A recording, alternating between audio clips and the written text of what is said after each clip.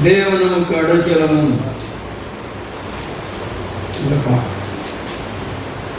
முதலாம் தேவனை மையப்படுத்தி கைகளை தட்டி வாயில திறந்து அருமையான தேவனுடைய சொல்லுகிறதை நாம் பார்க்கலாம். தேவன் நமக்கு அடைக்கலமும் ஆபத்து காலத்தில் துணையுமானவர். தேவன் நமக்கு அடைக்கலமும் ஆபத்து காலத்தில் துணையுமானவர். பூமி நீரை மாறினாலும் பூமி நீரை மாறினாலும் மலைகள் கடலில் நிலை சாய்ந்து போனாலும் மலைகள் கடலில் நிலை சாய்ந்து போனாலும் தேவன் நமக்கு அடைக்கலமும் ஆபத்து காலத்தில் துணையுமானவர். தேவன் நமக்கு அடைக்கலமும் ஆபத்து காலத்தில் துணையுமானவர். ஒரு நதியுண்டு அதிலே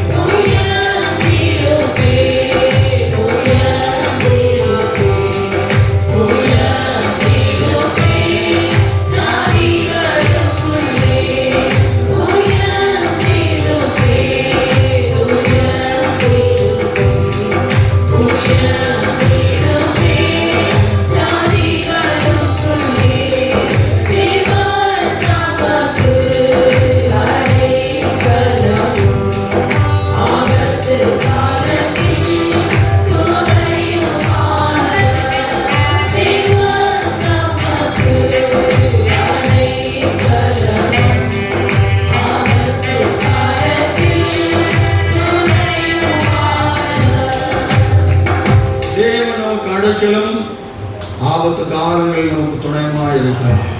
நம்ம எல்லாரும் கரங்களை விட்டு கர்த்தரை சோதனம் பண்ணுவோம். ஹல்லேலூயா. சோதரன் சோதரன் சோதரன் சோதரன். பெரிய புஸ்தகம் 358, சின்ன புஸ்தகம் 272.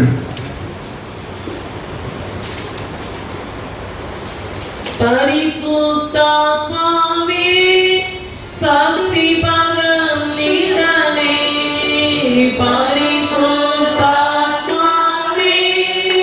சக்தி பகம் நீடலே அமிர்தத்தை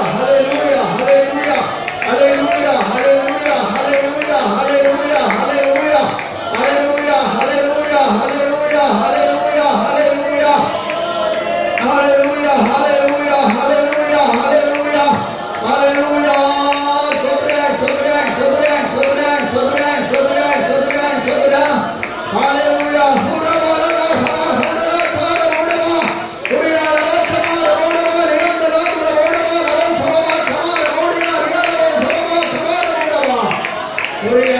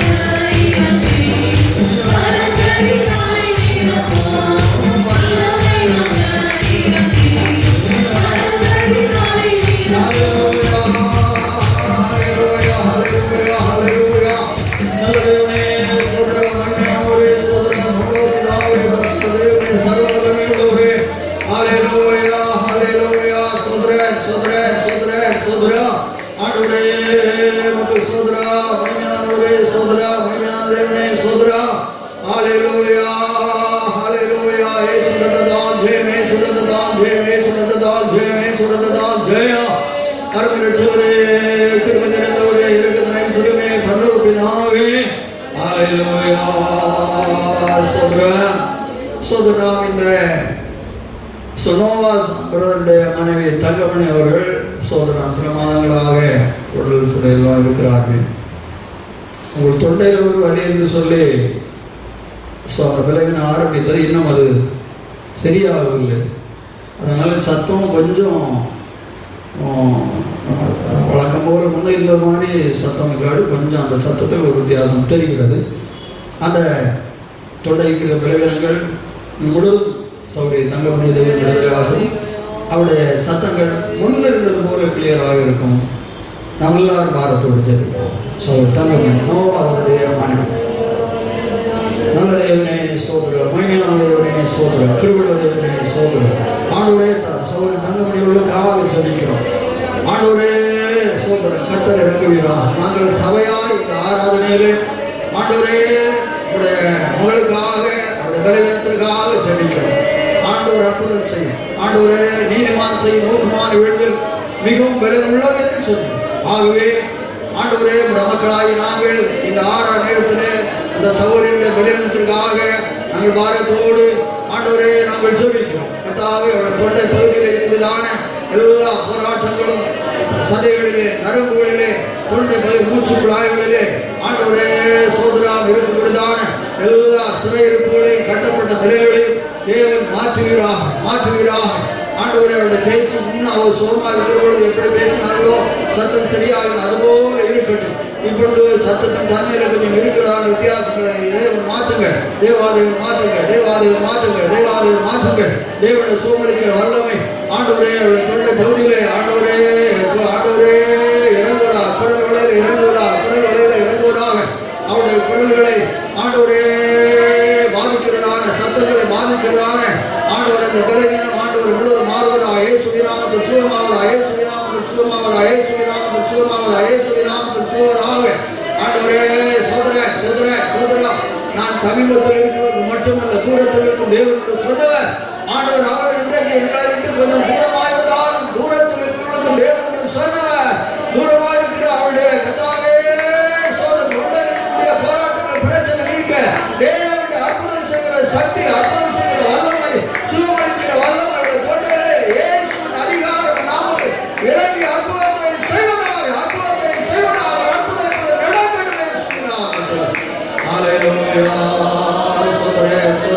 சோதரே அந்த நம்முடைய சௌகரிக்கு பரிவுள்ள சோதனை கொடுக்க அந்த சத்தத்தில் கூட வித்தியாசங்கள் முழுவதும் மாற்ற அதற்கு தடையான நிலையிலே தொண்டை பகுதியில் என்ன சோதர பலதுகள் இருந்தால் மாற்றிவிட சோதனை பண்ணுவோம்.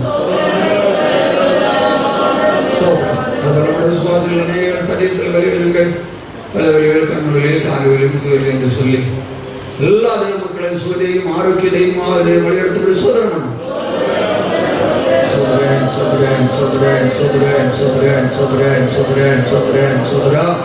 நல்ல தேவனே சோதரன்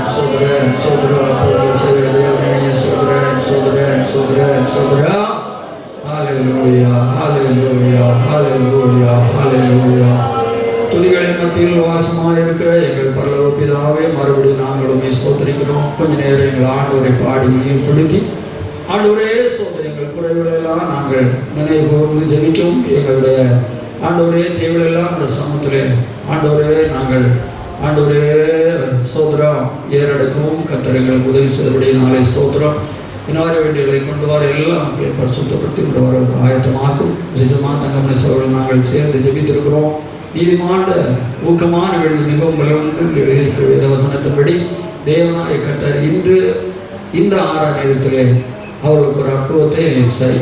அவர்களுக்கு பயங்கள் ஆண்டவர் மனத்தளவு சோழர்கள் எல்லாம் மாற்றி நல்ல தைரியத்தை கொடுத்து கத்தவர்களை பாதுகாத்துக்கொள்ளும். மற்றவர்கள் ஏற்படுத்த ஆண்ட மக்கள் கத்தர் பலப்படுத்தும். விசுவாச குடும்பங்கள் எல்லா நன்மைகளினால் ஆசீர்வாதங்களினால் கற்று நேராட்டும். ஆண்டவர் தொடர்ந்து ஆராதனையை ஆசீர்வதிங்க, சங்கீதங்களை ஆசீர்வதித்தார். ஏசு நல்ல பிதாம். இல்லை நாங்கள் வெளியே சொல்லுவோம். சோதரா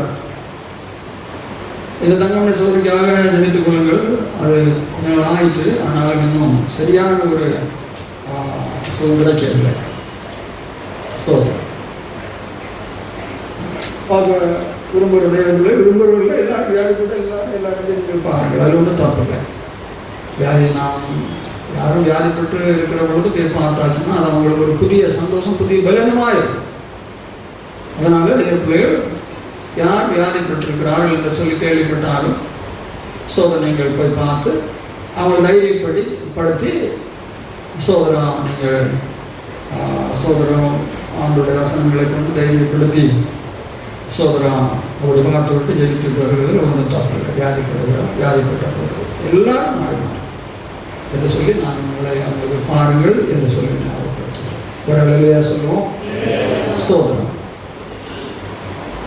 அதனால நான் இப்பொழுது மத்திய விசேஷம் 17ஆம் அதிகாரம் 1 முதல் சோதரம் 6 வரை உள்ளதான வேத வசனங்களை தியானித்துக் கொண்டிருக்கிறோம்.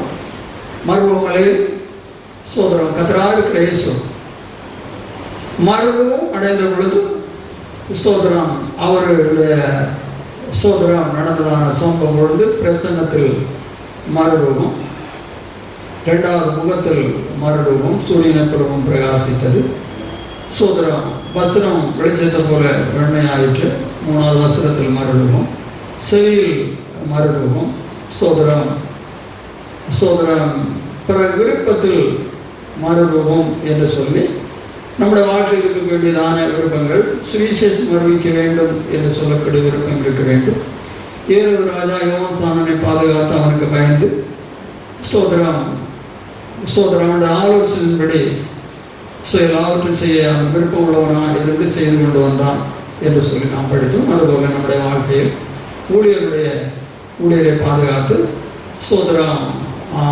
ஊழியருடைய ஆலோசனைகளை செய்வதற்கு நாம் விருப்பம் உள்ள தெய்வங்களாக இருக்க வேண்டும் என்று படித்தோம். கிரேக்கர்கள் பிலிப்பிடத்திலிருந்து இயேசுவை காண வேண்டும் என்று விருப்பம் என்று சொன்னால் நாம் மீட்கப்பட்டிருந்தாலும் ஒரு நாள் நம்முடைய தேவனை தரிசிக்கக்கூடியதான தேவ பிரசன்னம் எழுப்பப்பட்டவர்களாக நாம் ஜீவிக்கிற அனுபவங்கள் நமக்கு வேண்டும். பத்மி தேவில் யோவான் அப்போஸ்தலன் ஆவிக்குள்ளான பொழுது தேவனை தரிசித்தான் என்று சொல்லி நாம் படித்தோம். அடுத்தது உபதேசத்தில் நாம் விருப்பம், அவருடைய உபதேசத்தை விரும்பி கேட்டார்கள். ஆகவே பழைய ஏற்பாடு சொல்லப்படுதான எல்லா உபதேசங்களும் அருமையான தேவர்களை பரிசுத்தமாவியான நமக்கு எழுதி கொடுக்கப்பட்டவைகள். ஆகவே நாம் உபதேசங்கள் ஒன்றையும் தராதபடி எல்லாம் நமக்கென்று எழுதி தந்திருக்கிற உபதேசங்கள் சொல்லி உபதேசத்தை கேட்பதற்கும் கை கொள்வதற்கும் விருப்பமுடைய தேவனுடைய பிள்ளைகளாக நாம் இருக்க வேண்டும். அப்போஸ்தலனாகிய பவுல் கட்டுகளும் காவல்களும் ஒவ்வொருத்தரும் என வைக்கப்பட்டு கேள்விப்பட்ட பொழுதும் கத்திடத்தில் பெற்ற ஊழியத்தை நிறைவேற்ற விரும்புகிறேன் என்று சொன்ன. ஆகவே தேவன் நாம் ஊழியத்தை கத்திடத்தில் பெற்றிருக்கிறோம். அந்த ஊழியத்தை எல்லா பாடல் மத்தியிலும் நாம் நிறைவேற்றக்கூடிய தேவனுடைய பிள்ளைகளாக அந்த விருப்பமுடையவர்களாக நாம் இருக்க வேண்டும் என்று படித்தோம். பவுல் எல்லாரும் ரட்சிக்கப்பட வேண்டும் என்று விரும்புகிறார். ஆகவே தேசத்தில் ஜனங்கள் அழிந்து கொண்டிருக்கிறார்கள். நாம் மற்ற ஜனங்களுடைய ரட்சிப்புக்காக நாம் பிரயாசப்பட வேண்டும். அந்த விருப்பமே வரங்களும் அந்நிய பாசைகளும் அபிஷேகத்தை நாம் பெற்றுக்கொள்ள விருப்பமுடையவர்களாக இருக்க வேண்டும் என்று சொல்லி நாம் படித்தோம். அப்படி விருப்பங்களில் 5வது ஆய்வில் 7 விருப்பங்களை குறித்து படித்தோம். ஒரு அலையிலே சொல்லுவோம்.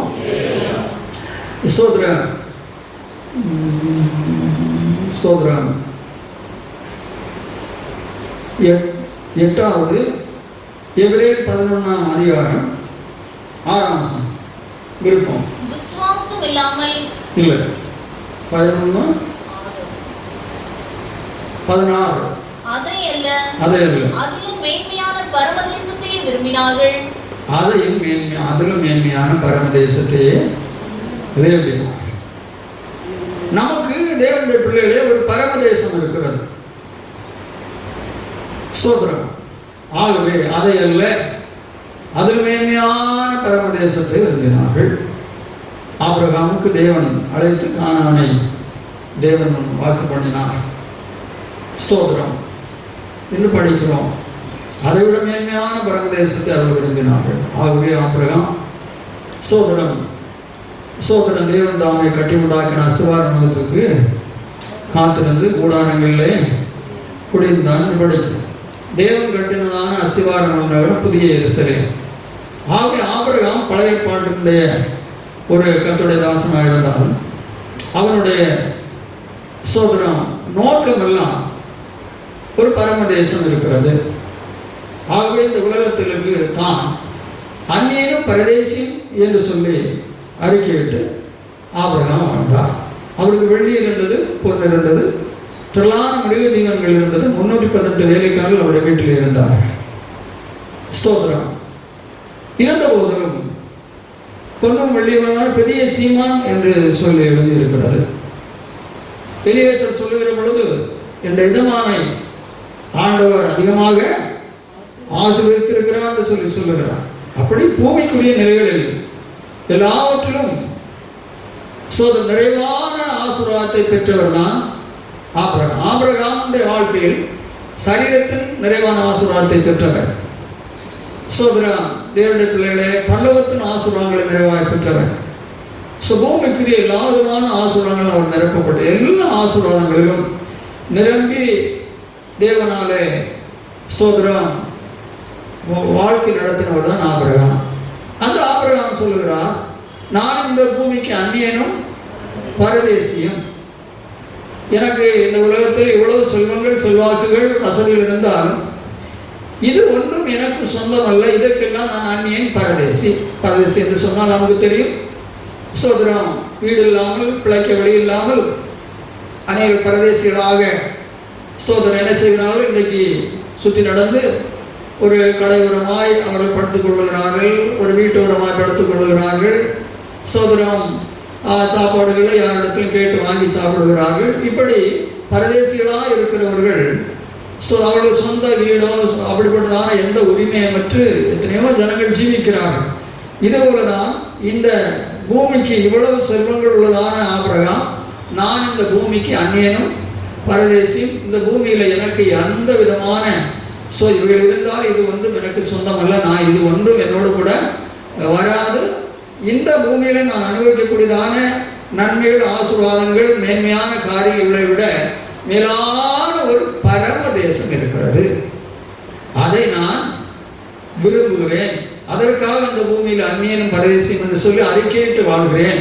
அதற்காக நான் கூடாரங்களிலே நான் குடியிருக்கிறேன் என்று சொல்லி ஆபிரகாம் சொல்லுகிறார்.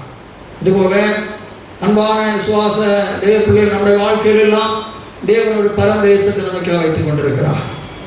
யோவான் 14ஆம் அதிகாரத்தில் ஆண்டவர் சொன்னார், உங்களுக்கு ஒரு ஸ்தலத்தை ஆயத்தம்னா போகிறேன், நான் மறுபடியும் வருவேன், வந்து நான் இருக்கிற இடத்துல உங்களை என்ன செய்வேன்? சேர்த்துக் கொள்ளுவேன் என்று சொல்லி சொன்னார். ஆகவே நமக்காக ராஜ்யத்தை ஆயத்தம் பண்ண போயிருக்கிறதான தேவன் சோதரா சீக்கிரமாக நிச்சயமாகவே வருவார். சோதராகவே அருமையான விசுவாசிகள் தேவனுடைய பிள்ளைகள், அந்த பரம தேசத்திற்கு ஆபிரகாமை போல நாம் விருப்பத்தோடு காத்திருக்கிறேன். அநேக தேவ பிள்ளை விசுவாசிகளாக இருந்தாலும் பூமியிலே வாழ்வதற்குரியதான சில வசதிகள் கிடைத்தாலே போதும், உடனே அவர்கள் இனி நமக்கு சோதரம் இன்னும் கொஞ்சம் ஜெபம் பண்ணுவாங்க, பயபக்தியாக இருப்பாங்க. வசதிகள் வந்த உடனே ஜெபங்கள் இல்லை, வேத தியானங்கள் இல்லை, பயங்கள் ஒன்றும் இல்லாமல் அநேக தங்கள் ஜீவியங்களை நடத்த. ஆபிரகாம் அப்படி ஜீவிக்கவில்லை. ஆபிரகாமை போல வசதியாக நாங்கள் இந்த பூமியில வாழவும் இல்லை. அப்போ நம்ம அதில் எல்லாம் எவ்வளோ குறைவற்றவர்களாக இருக்கிறோம். நமக்கு தேவன் வைத்திருக்கிற பரமதேசம், நமக்கு நிச்சயமாக எல்லாரும் பரமதேசத்துக்கு தான் போகிறோம். இந்த பூமி நமக்கு ஒரு நாளும் நிரந்தரமானது அல்ல. அது ஒரு வாடகை வீடு. இல்லைன்னு சொன்னால் யோனாவுடைய சோர்வு நீக்கும்படி தேவன் ஒரு இரவுக்குள்ளாக உழைக்கப்பட்டதான ஒரு ஆமணக்கு செடியின் நிழல் இந்த உலகம் நல்லா மறந்து நீங்கள் நினைக்க வேண்டும். ஒரு வெளியே சொல்லுவோம், உடனே ஒரு பூச்சி அனுப்பினார், அது சோதரம் அந்த நிழல் அவனுக்கு எடுபட்டு போகிறது. இதுபோல விசுவாசியை நம்முடைய பூமிக்கு விதமான வாழ்க்கையும் நமக்கு இருக்கக்கூடிய அனைத்து விதமான சௌரியங்களும் ஆமணாக்கு ஒரு இரவுக்குள்ளாக சோதரம் முளைத்து சோதரம் அதில் அவன் சந்தோஷப்பட்டு கொண்டிருக்கிற பொழுது உடனடியாக தேவன் அதை அவனை விட்டு நீக்குகிறார். இது போன்ற வாழ்க்கை தான் சோதரம் அருமையான விசுவாசிகளை பூமிக்குரிய வாழ்க்கை. அல்லேலூயா சொல்லுவோம். சோதரம் அந்த பாட்டு பாடுங்க, நீர் மேல் காணும் குமிழி போல் மின்னஞ்சடமாகுமே. நீர்மேல் மோதும் குமிழி போல் மின்னும் ஜனமோகமே, என்மேல் வந்து வேகமா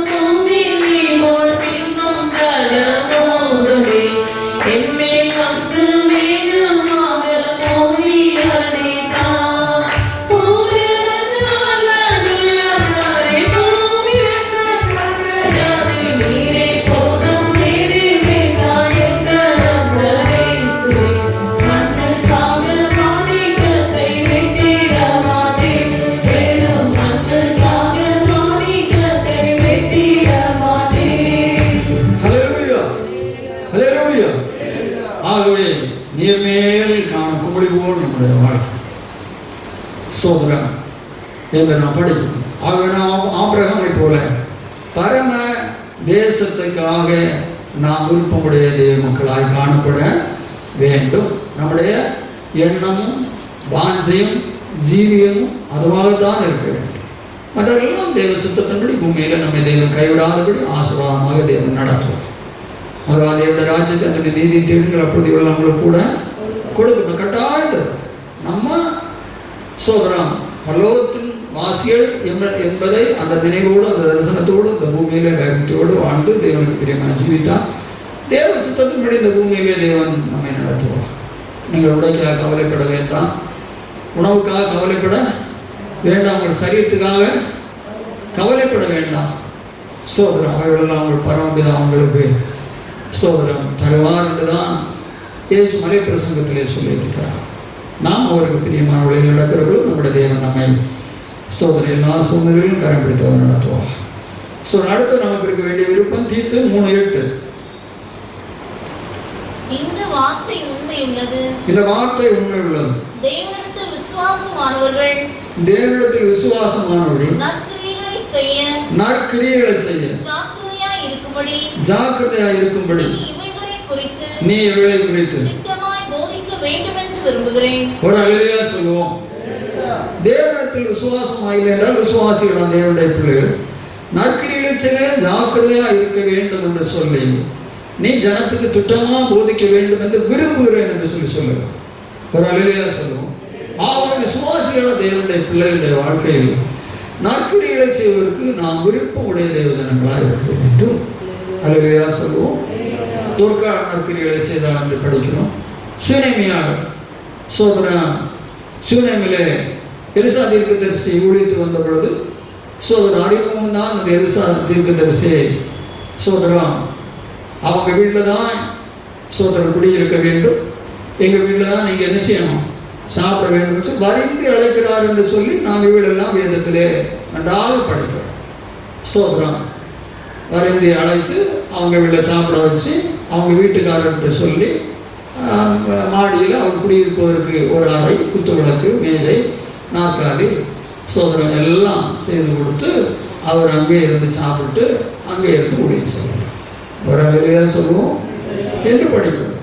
ஸ்தோத்திரம். இதெல்லாம் வேதத்தில் நடந்திருக்கிறதான சம்பவங்கள். தேவபிள்ளை இது அது பெரிதான நற்கிரியைகளாக இருக்கிறது. இது நிமித்தமாக குழந்தை இல்லாத இருந்ததாக கடைசி அவர் விசாரிக்கிற பொழுது இவ்வளவு சலக்கரணையோடு நம்மளை விசாரிக்கிறான், அவளுக்கு ஏதாவது குறைவு இருக்கிறதா ஸ்தோத்திரம் என்று சொல்லி விசாரிக்கிற பொழுது அவளுக்கு வேறு ஒரு குறைவும் இல்லை, ஸ்தோத்திரம் ஒரு குழந்தை பாக்கியம் இல்லை என்று சொல்லி கேள்விப்பட எலிசா ஆசீர்வதிக்கிறார். அதன்படி அவளுக்கு தேவன் ஒரு குழந்தையை கொடுக்கிறார். ஆகவே தேவ ஜனங்களே தேவனுடைய ஊழியர்களை பராமரிக்கிறதும் ஆதரிக்கிறதும் உபசரிக்கிறதும் அது தேவனுடைய பார்வையில் மிகவும் கனத்துக்குரியது. ஒன்று, விசுவாசிகளுக்கு தேவன் பிரதானமாக கொடுத்திருக்கக்கூடியதான சோதரம் ஊழியர்களுக்கு அவர்கள் செய்ய வேண்டியதான அநேக பிரதானமான காரியங்களில் ஒன்று அவர் ஊழியர்களுக்கு உபசரிக்கிறதும் பாதுகாக்கிறதும் அவர்கள் அன்பு ஒருவர் சொல்லக்கூடிய காரியங்கள் மகா மேன்மையானது. அதை பரலோகம் எப்போதும் உங்களை எதிர்பார்க்கிறது. ஒரு அலையிலே சொல்லுவோம். அங்கே அப்படிப்பட்ட நற்கிரியைகளை இந்த சூரியமையால் செய்தால் ஒரு காசு இன்னும் அனைவர் செய்தார்கள் என்று படிக்கிறோம். அப்போ நம்முடைய வாழ்க்கையில் நற்கிரியைகளை செய்யக்கூடிய விருப்பங்கள் இருக்கிறது. அப்போ நமக்கு 5வது பாயிண்டில் விருப்பங்கள் என்று சொல்லக்கூடிய பகுதிகளில் 8 காரியங்களை நாம் தியானிக்கிறோம். இனி 6வது சோதனம் மத்தேயு 17:6. சீஷர்கள் அதை கேட்டு முகம் குப்புற விழுந்து மிகவும் பயந்தார்கள். இப்பொழுது இந்த சம்பவங்களெல்லாம் பார்த்து அந்த சத்தத்தை கேட்டு அவங்க பயந்து முகம் குப்புற விழுகிறார்கள். 6வது அர்ப்பணிப்பு. ஒரு முகம் குப்புற விழுகிறது என்று சொல்லி சொன்னால் பணிந்து விடுவது, இல்லைன்னா சரண்டர் ஆகிறது, முழு அர்ப்பணிப்பு. இல்லையா சொல்லுவோம். நம்முடைய கிறிஸ்தவ ஜீவியத்தில் அர்ப்பணிப்பில் மறுரூபம் நமக்கு அவசியமானது. அல்லேலூயா சொல்லுவோம். அன்பான தேவனுடைய பிள்ளைகள் நன்றாக வேதவசனங்களை கவனியுங்கள். அர்ப்பணிப்பில் மறுரூபம் நமக்கு மிகவும் அவசியம். நமக்கு அருமையான தேவ பிள்ளைகள் அர்ப்பணிப்பு அவசியம். சோதரம் கிறிஸ்தவ வாழ்க்கையில் தேவனுக்கு அர்ப்பணிக்காத ஒரு ஜீவியம் ஒரு தேவ பிள்ளையுடைய வாழ்க்கையிலும் இருக்கக்கூடாது. எல்லாருடைய வாழ்க்கையிலும் நாம் தேவனுக்கு நம்மை சரண்டராகி தான் ஜீவிக்க வேண்டும். நம்முடைய ஆவி, ஆத்ம, சரீரம் முழுவதும் அவருக்கு காணிக்கையாகும் பலியாகும். குமாரன இயேசு பிதாவுக்கு எப்படி ஒப்பு கொடுத்து ஜீவித்தார் அதுபோல நாம் அர்ப்பணித்து ஜீவிக்க வேண்டும். இது எனக்கு நம் அனைவருக்கும் இருக்க வேண்டியதான ஒன்று, அர்ப்பணம். ஸ்தோத்திரம். நமக்கொன்று நாம் வாழுகிறதோ, நமக்கொன்று பிழைக்கிறதோ, நமக்கொன்று ஜீவிக்கிறத ஒன்றல்ல. நாம் பிழைத்தால் மறித்தாலும் யாருக்கென்று? கர்த்தருக்கென்று. அப்படி சொல்லப்பட்டதான ஒரு தெளிவான வேத தேவ தரிசனத்தோடும் அந்த மகிமையான வெளிச்சத்தோடு தான் நாம் யாரோ, யாருடையவர்களோ, எதற்கோ ஜீவிக்கிறவங்களோ என்று சொல்லக்கூடிய லெக்கில்லாதபடி ஜீவிக்கக்கூடாது. நாம் தேவனுடையவர்கள் ஸ்தோத்திரம் என்று சொல்லி தேவ பிள்ளைகளை அவராலே நாம் கிரேயத்துக்கு கொள்ளப்பட்டவர்கள். ஆகவே நான் பிழைத்தாலும் மறித்தாலும் எது செய்தாலும் நான் தேவனுக்குரியவன், தேவனுக்குரியவள், என் குடும்பம் தேவனுக்குரியது, என் பிள்ளைகள் தேவனுக்குரியது, என் மனைவி புருஷன் தேவனுக்குரியது, எனக்கு தேவன் தந்திருக்கிற அனைத்தும் தேவனுக்கு உரியது. அப்படி தேவ பிள்ளைகளை நாம் அர்ப்பணித்து நாம் ஜீவிக்க ஒரு அல்லேலூயா சொல்லுவோம். நாம் இதை வேதத்திலிருந்து தேவனுக்கு அர்ப்பணம் செய்ததான அநேக பக்தன்மார்களை நாம் படிக்க முடியும். நாம் இன்றைக்கு பவுலை மட்டும் மிகுந்த சுருக்கமாக சில வசனங்களை சொல்லி பவுல் தன்னுடைய கிறிஸ்துவ வாழ்க்கையில் எப்படி தன்னை அர்ப்பணித்திருக்கிறார் என்று சொல்லுகிறதை நாம் படிக்கலாம். பிலிப்பியர் 3ஆம் அதிகாரம் அருமையான தேவ பிள்ளைகளை அந்த 3:4 படிக்க. மாம்சத்தின் மேல் நம்பிக்கை வைக்க வேண்டுமானால், பவுல் சொல்கிறார், மாம்சத்தின் மேல் நம்பிக்கை வைக்க வேண்டுமானால் நானும் வைக்கலாம். வேறொருவன் மாம்சத்தின் மேல் நம்பிக்கையாக இருக்க நினைத்தால், நான் அதிகமாய் அப்படி செய்யலாம். நான் மற்றவர்கள் எல்லாரை விட அதிகமாய் மாம்சத்தின் மேல் நம்பிக்கை வைக்கலாம். நான் 8ஆம் நாளில் விருத்த சேதனம் அடைந்தவர். காரணங்கள்: 1, 8ஆம் நாளில் நான் விருத்த சேதனம் அடைந்திருக்கிறேன். இஸ்ரவேல் வம்சம். இப்பொழுது நமக்கு விருத்த சேதனம் இல்லை. ஆவியினாலே தேவனுக்கு ஆராதனை செய்கிற நாமே விருத்த சேதனம் உள்ளவர்கள். சொல்லுங்க வசனம். ஆவியினாலே தேவனுக்கு ஆராதனை செய்கிற நாமே விருத்த சேதனம் உள்ளவர்கள். மாம்சத்தில் உண்டாகிற விருத்த சேதனம் இல்லை. இதயத்தில் உண்டாகிற விருத்த சேதனமே விருத்த சேதனம். அது புதிய அப்படி விளக்கங்கள் இருக்கிறது. சரி, அடுத்த படிங்க. இந்த பகுதி வரும். இஸ்ரவேல் வம்சத்தான். நான் இஸ்ரவேல் வம்சத்தான். பென்யமீன் கோத்திரத்தான். கோத்திரம் பென்யமீன். எபிரேயரில் பிறந்த எபிரேயன். எபிரேயரில் பிறந்த எபிரேயன். நியாயப்பிரமாணத்தின்படி பரிசேயன். நியாயப்பிரமாணத்தின்படி பரிசேயன். பக்தி வைராக்கியத்தின்படி சபையை துன்பப்படுத்தினவன். எனக்கு ஒரு பயங்கர பக்தி வைராக்கியம் இருந்தது. அந்த வைராக்கியத்தின்படி சபையை துன்பப்படுத்தி கொண்டிருந்தேன். நியாயப்பிரமாணத்திற்குரிய நீதியின்படி குற்றம் சாட்டப்படாதவன். நியாயப்பிரமாணத்தினுடைய நீதியின்படி ஒரு குற்றம் நடத்தல இல்லை. பவுல் எப்படி ஜீவித்திருக்கிறார்? நியாயப்பிரமாணம் சொல்லக்கூடியதான அனைத்து சட்டத்திட்டத்தின்படி ஒரு குற்றம் என்னல இல்லவே இல்லை. அப்படி நான் ஜீவித்திருக்கிறேன். ஆகிலும் எனக்கு லாபமாய் இருந்தவைகள் எவைகளோ? பாருங்கள், பவுலுக்கு பல கோடிக்கு எண்ணெய் கப்பல்கள் இருந்தது. சோதரம் பவுல் காலத்திலே அவர் கமாலே இன்னும் பெரிய ஞானிகளிலே படித்தவர். அவருடைய சமூகம் படித்தவர்கள் யாருமே இல்லை. ஐஸ்வர்யம் இருந்தது, நல்ல படிப்பு தேவர்களே இருந்தது. ஆவிக்கு நிலையிலும் பவுல் 3ஆம் நாளில் எடுத்துக்கொள்ளப்பட்டிருக்கிறார். சோதரம் 9 ஆவிக்குரிய வரங்களும் பவுலிலே சோதரம் பரிசுத்த ஆவியானவர் செயல்படுத்தி கொண்டே இருந்தார். பவுல் மகிமையான 14 நிருபங்களை பரிசுத்த ஆவியின் துணை கொண்டு ஸ்தோத்திரம் எழுதியிருக்கிறார். ஒரு அல்லேலூயா சொல்லுவோம். ஸ்தோத்திரம். ஆண்டவருக்காக ஸ்தோத்திரம் பயங்கரமாக பாடுபட்டார். ஆனால் நான் என்னிடத்தில் இருந்த தேவ கிருபையை அப்படி செய்தது என்று சொல்லி அவர் சொன்னார். அடுத்த படிங்க. அவைகளை கிறிஸ்துவுக்காக நஷ்டம் என்று எண்ணினேன். என லாபமாக நிறைய இருந்தது. ஆனால் கிறிஸ்துவுக்காக அப்படி அர்ப்பணித்தேன் ஆண்டவருக்காக. அது மாத்திரமல்ல கர்த்தராகிய கிறிஸ்து இயேசுவை அறிகிற அறிவின் மேன்மை. நாம் ஒவ்வொரு நாளும் தேவன் அறியக்கூடியதான ஒரு அறிவிட வேண்டும். அதுதான் மேன்மையாக எண்ணியிருந்தேன். ஆகவே என் கர்த்தராகிய இயேசு கிறிஸ்து அறியக்கூடிய அறிவின் மேன்மை இருக்கிறது.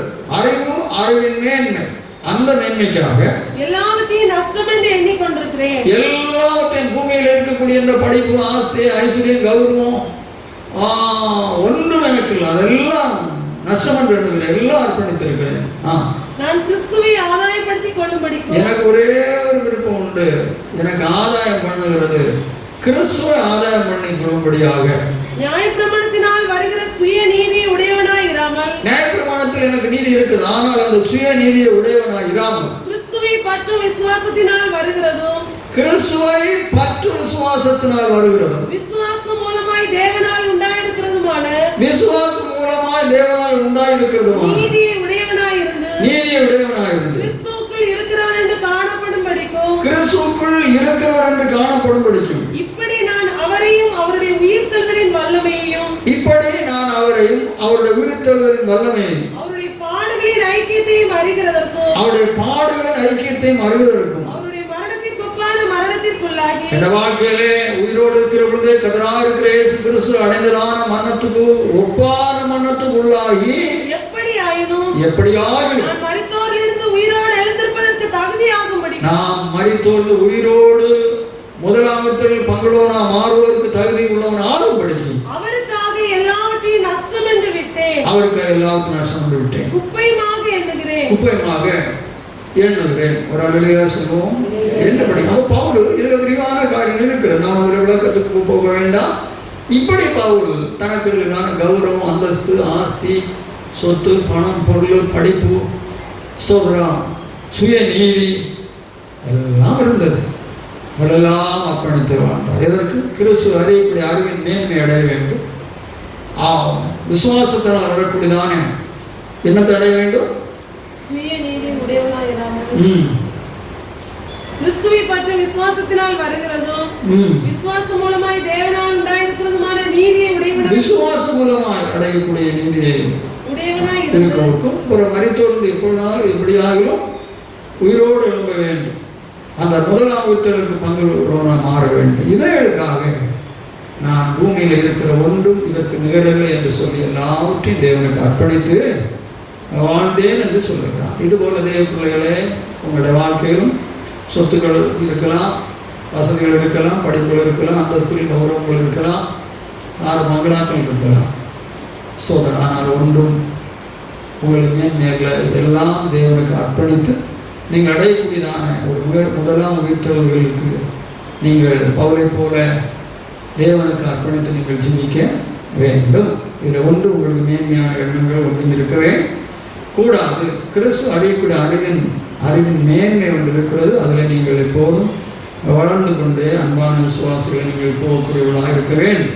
கலாத்தியர் 6:14, கலாத்தியர் 6:14-17. இந்த பிரமாணத்தின்படி நடந்து வருபவர்கள் எவர்களோ அவர்களுக்கும் 14 நானும் நம்முடைய கர்த்தராகிய இயேசு கிறிஸ்துவின் சிலுவை குறித்தே அல்லாமல் வேறொன்றையும் குறித்து மேன்மை பாராட்டாமல், பவுலுடைய அர்ப்பணம் பாருங்கள். எனக்கு மேன்மை பாராட்ட அநேகம் இருக்குது. ஆனால் நான் ஒன்றும் செய்வேன், கர்த்தராகிய இருக்கிற இயேசு கிறிஸ்து சிலுவை குறித்து ஒன்றும் தான் வேண்டும். ஏன் அவருடைய சிலுவை குறித்து மேன்மை பாராட்ட வேண்டும்? இயேசு கிறிஸ்துடைய சிலுவை மரணத்தினால் மனுக்குலம் முழுவதும் பாவத்திலிருந்தும் சாபத்திலிருந்தும் நோய்களிலிருந்தும் மீட்கப்பட்டது. ஒரு அல்லேலூயா சொல்லுவோம். ஆகவே இயேசுடைய சிலுவை மரணம் மகாமேன்மை பாராட்டுபவருக்கு மேன்மையானது. ஆகவேதான் பவுல் அப்படி செய்கிறார். சோதரம். அடுத்தது, அவரால் உலகம் எனக்கு சிலுவையில் அறையுண்டிருக்கிறது. இந்த இயேசுனால இந்த உலகம் எனக்கு நான் சிலுவையில் அறையுண்டிருக்கிறேன். இதான் அர்த்தம். சுவாசிகளுக்கு உலகத்தின் காரியங்கள், உலகத்தின் மேன்மைகள், உலக சுகங்கள் எல்லாம் சிலுவையில் அறையப்பட்டதான அவை அறையப்பட்ட சிலுவையில் அறையப்பட்ட மரித்த அனுபவங்கள். ஒரு அல்லேலூயா சொல்லுவோம். இப்படி உலகம் விசுவாசிகளா தேவனுடைய பிள்ளைகளுக்கு சிலுவையில் அறையப்பட்டு அர்ப்பணிக்கப்பட்ட தானங்கள் இருக்கிறேன். இன்னைக்கு எத்தனை தேவ மக்கள் தங்களுடைய வாழ்க்கையில உலகத்தின் காரியங்கள் எவ்வளவு இருக்கின்றன, அவைகளை தேவனுக்கு சொல்லி அர்ப்பணம் பண்ணமான ஜீவியத்தில் ஜீவிக்கிறார்கள். இந்த கிறிஸ்துவர்களே தேவதனங்கள் இந்த சபையில் விசுவாசம் இல்லாத அந்த பட்சத்தில் தான் கடந்து போய் கொண்டிருக்கிறார்கள். அடுத்தபடிங்க, நானும் உலகத்திற்கு சிலுவையில் அறையுண்டிருக்கிறேன். உலகமும் அறையுண்டிருக்கிறது, நானும் என்ன செய்திருக்கிறேன்? அறையுண்டிருக்கிறேன். உலகம் எனக்கு அர்ப்பணிக்கப்பட்டிருக்கிறது, நான் அர்ப்பணித்திருக்கிறேன் என்று சொல்லி அவர் சொல்லுகிறார். 2 தீமோத்தேயு 4 6:15 2 Corinthians 4:6-15.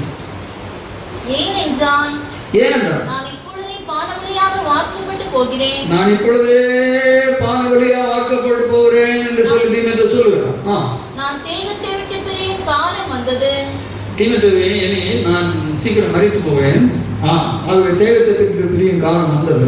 நல்ல போராட்டத்தை போராடினேன். நான் தேவன் என்னை ஊழியத்துக்கு அழைத்த பின்பு நான் ஆரம்பத்தில் கடைசி வரையிலும் நான் நல்ல ஒரு போராட்டத்தை போராடினேன். ஓட்டத்தை முடித்தேன். ஓட்டத்தையும் தேவ கிருபையினால முடிக்க தேவன் உதவி செய்தார். விசுவாசத்தை காத்துக்கொண்டேன். விசுவாசத்தின் தேவன் கிருபையாக காத்துக்கொண்டேன். இது முதல் நீதியின் கிரீடம் எனக்காக வைக்கப்பட்டிருக்கிறது. நீதியின் கிரீடம் எனக்காக வைக்கப்பட்டிருக்கிறது. நீதியுள்ள நியாயாதிபதியாகிய கர்த்தர் அந்நாளிலே அதை எனக்கு தந்தருளுவார். எனக்கு மாத்திரமல்ல அவர் பிரசன்னமாகுதலை விரும்பும் யாவருக்கும் அதை தந்தருளுவார். நீ சீக்கிரமாய்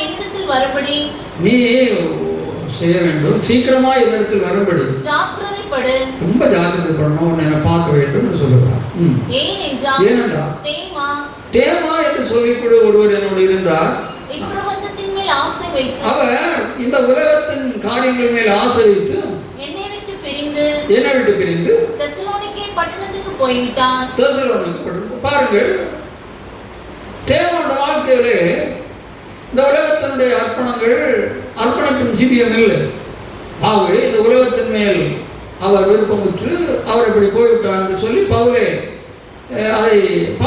தன் ஊழியத்தின் பகுதி என்ன நடந்ததோ, நீங்கள் சரியான வேதத்தை நிறுவனங்களை படித்து அவர் எல்லாம் அதை குறிப்பிட்டிருப்பார். குறிப்பாங்க இருக்கும் ஊழியத்திலே எனக்கு என்ன காரியம் நடந்ததுன்னு அதில் ஒன்று தேமா இப்பிரபஞ்சத்தின் மேல் ஆசை விட்டு அவன் என்னை விட்டு பிரிந்து போய்விட்டான். கிரஸ்கே கலாத்தியா நாட்டிற்கும் தீத்து தல்மாத்தியா நாட்டிற்கும் போய்விட்டார்கள். இவங்க எல்லாம் இப்படியெல்லாம் என்னை விட்டு போய்விட்டாங்க. லூக்கா மாத்திரம் என்னோட இருக்கிறான். இப்ப லூக்கா மட்டும்தான் அந்த கடைசி நேரத்தில் என்னோட கூட இருக்கிறான். மார்க்குவை உன்னோட கூட்டிக் கொண்டு வா. நீ அதனால மார்க்குவை உன்னோட கூட்டிட்டு வரணும்.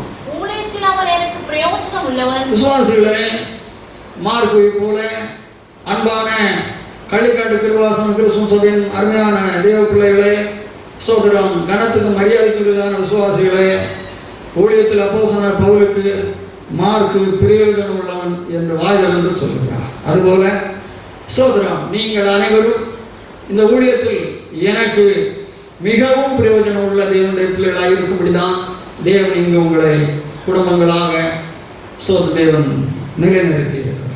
ஒரு அலையிலேயே சொல்லுவோம், ஊழியத்தில் பவுலுக்கு மார்க்கு பிரயோஜனம் உள்ளவன் என்பதை மார்க் வாய்திறந்து சொல்லுவார். அதுபோல இந்த ஊழியத்தில் இருக்கிற அனைத்து விசுவாச குடும்பத்தின் பிள்ளைகளும் பெற்றோர்களும் சகோதரர்களும் பவுலுக்கு போல நீங்கள் ஊழியத்திலே எனக்கு பிரயோஜனம் உள்ளவர்களாக இருக்கும்படிதான் தேவன் உங்களை வைத்திருக்கிறார் என்பதை நீங்கள் இதயத்திலே எழுதி வைத்துக் கொண்டு ஊழியத்திலே நீங்கள் எனக்கு பிரயோஜனம் உள்ள மக்களாக நீங்கள் காணப்பட வேண்டும்.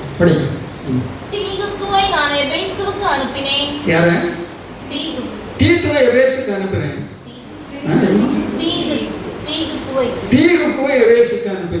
துரோவா பட்டணத்தில் இருக்கிற கார்ப்பு என்பவன் வசத்தில் நான் வைத்து வந்த மேலங்கியையும் புஸ்தகங்களையும் விசேஷமாய் தோல் சுருள்களையும் நீ வருகிற போது எடுத்துக்கொண்டு வா. பாருங்கள், பவுல் சொல்லுகிறார், நான் இனி தேகத்தை விட்டு பிரியும் நேரம் வந்துட்டு நான் சீக்கிரம் மறித்து போவேன். இப்படி சில சகோதரர்கள் என்னை விட்டு போய்விட்டால் சில ஊழியத்தில் பிரயோஜனமாக இருந்தார்கள். கார்ப்பு என்று சொல்லிடத்திலே நான் என்ன வச்சிருக்கிறேன்? மேல் அங்கி, புஸ்தகங்கள், தோல் சுருள். ஒரு அலையிலேயே சொல்லுவோம் என்று சொல்லி படிக்கணும். அப்போ பவுலுடைய இவ்வளவு ஐஸ்வர்யமும் கோடிக்கணக்கான ஒரு நிலையிலான அதிபதியாக இருந்ததான ஒரு தேவ மனிதன், இவனுடைய முடிவில் அவருக்கு இருக்கக்கூடிய சொந்தம் என்ன? ஒரு மேலங்கி. நல்ல விசுவாசிகளை கவனிக்க வேண்டும். அவர் அதை தான் சுட்டி காட்டுகிறார். எனக்கு என்னது காப்புடத்தில் கடைசியில் இவ்வளோதான் இருக்கிறது, ஒரு மேலங்கி இருக்கிறது. நான் படித்த அநேக புத்தகங்கள் இருக்கின்றன. சோதனம் ஒரு புத்தக சுருள் இருக்கிறது. அதை நீ என்ன செய்ய எடுத்துட்டு வரணும். அர்ப்பணம் நல்லா புரிஞ்சுக்கிடுங்க. சோதனம் அர்ப்பணத்தில் மறுரூபம். அப்போஸ்தலனாகிய பவுல் இவ்வளவு மேன்மையான நிலையிலே சோதரன் நான் கிறிஸ்துவை பின்பற்றுகிறது போல நீங்கள் என்னை பின்பற்றுங்கள் என்று சொல்லி ஒரு முறை பவுல் சொல்லி இருக்கிறார். அவ்வளவு அப்போஸ்தலனாகிய பவுலுடைய வாழ்க்கை தேவனுடைய பிள்ளைகளை ஸ்தோத்திரம் மகா மேன்மையாக இருந்திருக்கிறது. இந்த பவுல் இவ்வளவு ஸ்தோத்திர அர்ப்பணங்களிலே ஜீவித்திருக்கிறார். பவுலுடைய கிறிஸ்தவ வாழ்க்கையில் அவர் அனுபவித்ததான சிறைச்சாலைகளுடைய பகுதிகளுடைய காரியங்கள் நீங்கள் பார்த்தீர்கள் சொன்னால் அது வேறு பகுதிகள் இருக்கின்றன. ஒரு வெளியே சொல்லுவோம். இப்படி பவுல் அர்ப்பணித்து கடைசியில ஒரு மூடக்கூடியதான உடம்புல குளிருக்கு போட்டுக்கொள்ள சார்புதான் அவருக்கு மிச்சம். அல்லேலூயா சொல்லுவோம். இப்படி பவுல் அர்ப்பணிப்பில் மறுரூபமுடையவராக இந்த பூமியிலே ஜீவித்தார். இதன் அர்ப்பணம் என்று சொல்லி சொல்லக்கூடியது. இப்படி எத்தனையோ தேவ கர்த்தருடைய பரிசுத்தவான்களுடைய வாழ்க்கையின் அர்ப்பணங்கள் பரிசுத்த வேதாகமத்தில் எழுதியிருக்கிறது. நாம் சமயத்துக்கு ஏற்ற இந்த ஒரு கர்த்தருடைய தாசனுடைய அர்ப்பணத்தை உங்களுக்கு சுட்டி காட்டி கடந்தது. ஆகவே தேவ பிள்ளைகளே, அர்ப்பணத்தில் மறுரூபம் கொஞ்சம் நீங்கள் சிந்தித்து பாருங்கள். உங்கள் வாழ்க்கையில ஏதாவது ஒரு அர்ப்பணத்தினுடைய ஓரத்தையாவது நீங்கள் இன்று பிடித்திருக்கிறீர்களா? இல்லை ஒரு அர்ப்பணத்தினுடைய ஒரு பகுதியில் நீங்கள் நெருங்கி கிட்டியாவது சேர்ந்திருக்கிறீர்களா என்பதை பாருங்கள். இது நாமும் கிறிஸ்துவில் தான் செய்கிறோம். நாம் மறுரூபத்தை அடைய வேண்டும் என்று சொல்லக்கூடிய ஆசையில தான் இருக்கிறோம். ஆகவே அன்பான தேவ பிள்ளைகளே, நம்மால் ஒரு வாழ்க்கையில் எல்லாம் நிறைவுள்ளது என்று சொல்லக்கூடியதான எண்ணத்தை நீங்கள் விட்டுவிட்டு எவ்வளவோ நீங்கள் வாழ வேண்டும், ஜீவிக்க வேண்டும், கர்த்தருக்காக நீங்கள் பிரயாசப்பட வேண்டும் என்பதை இன்று பரிசுத்த ஆவியானவர் உங்களுக்கு பகிர்ந்தக்கூடிய செய்திகளினால் உங்களை நீங்கள் தேவ பிள்ளைகளே சோதரம் மாற்றிக்கொள்ள வேண்டியது மிகவும் அவசியமான ஒன்றாக இருக்கிறது. இப்படி பவுல் அர்ப்பணிப்பில் மறுபடிய தேவ மனிதனாக அவர் ஜீவித்தார். அவர் முடிவில் இயேசு வருவார், நான் மறுரூபமாக வேண்டும் என்று சொல்லக்கூடிய எண்ணத்தோடு அவர் ஜீவித்தார். அடுத்தது 7வது மத்தேயு 17:8. அவர்கள் தங்கள் கண்களை ஏறெடுத்து பார்க்கையில் இயேசுவை தவிர வேறு ஒருவரையும் காணவில்லை. கடைசியாக இந்த பேதுரு, யோவான், யாக்கோபு பார்த்தா இப்ப எலியாவை காணவில்லை, யாரை காணவில்லை, மோசேயை காணவில்லை. ஒரு சத்தங்கள் எல்லாம் இப்படி போய்விட்டது. இயேசுவை சரியா காண்கிறாங்க. அவர்கள் இப்பொழுது பார்க்கிறது இயேசுவை மட்டுமே பார்க்கிறார்கள். விசுவாசிகளை பூரண ஸ்தோத்திரம் படுத்தலில் மறுரூபம். ஸ்தோத்திரம் நம்முடைய வாழ்க்கையில் நாம் ஜீவித்து ஒவ்வொரு பகுதியையும் தாண்டி வருகிற பொழுது கடைசியாக நாம் அடைகிறது தேவன் ஒருவர். மேலும் போன்ற பரிசுத்தவான்களுடைய சாட்சிகள் வாழ்க்கைகள் எல்லாம் இதில் நாம் தியானித்துக் கொள்ளுகிறோம். பிறகு ஒருவர் நமக்கு நிகரல்ல. ஸ்தோத்திரம் நமக்கு நிகர் நாம் முகமுகமாக தரிசிக்கிறது கர்த்தராக இருக்கிற இயேசு. கடைசியில் சீசர்கள் இயேசுவை தான் அங்கே பார்க்கிறார்கள். பூரணப்படுதலில் மறுரூபம்.